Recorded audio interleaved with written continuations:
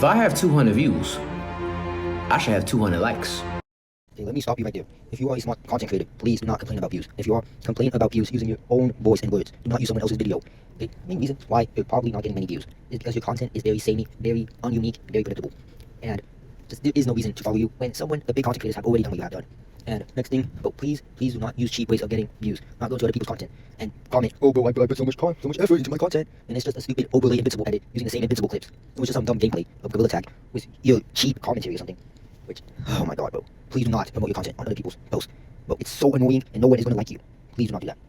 If you actually do want views, please be unique. You will get some loyal followers that actually support you. And since they keep on supporting you, your videos will get pushed more. And you're using cheap tactics like using popular sounds, using other people's content. So your cheap ass content will sit underneath it.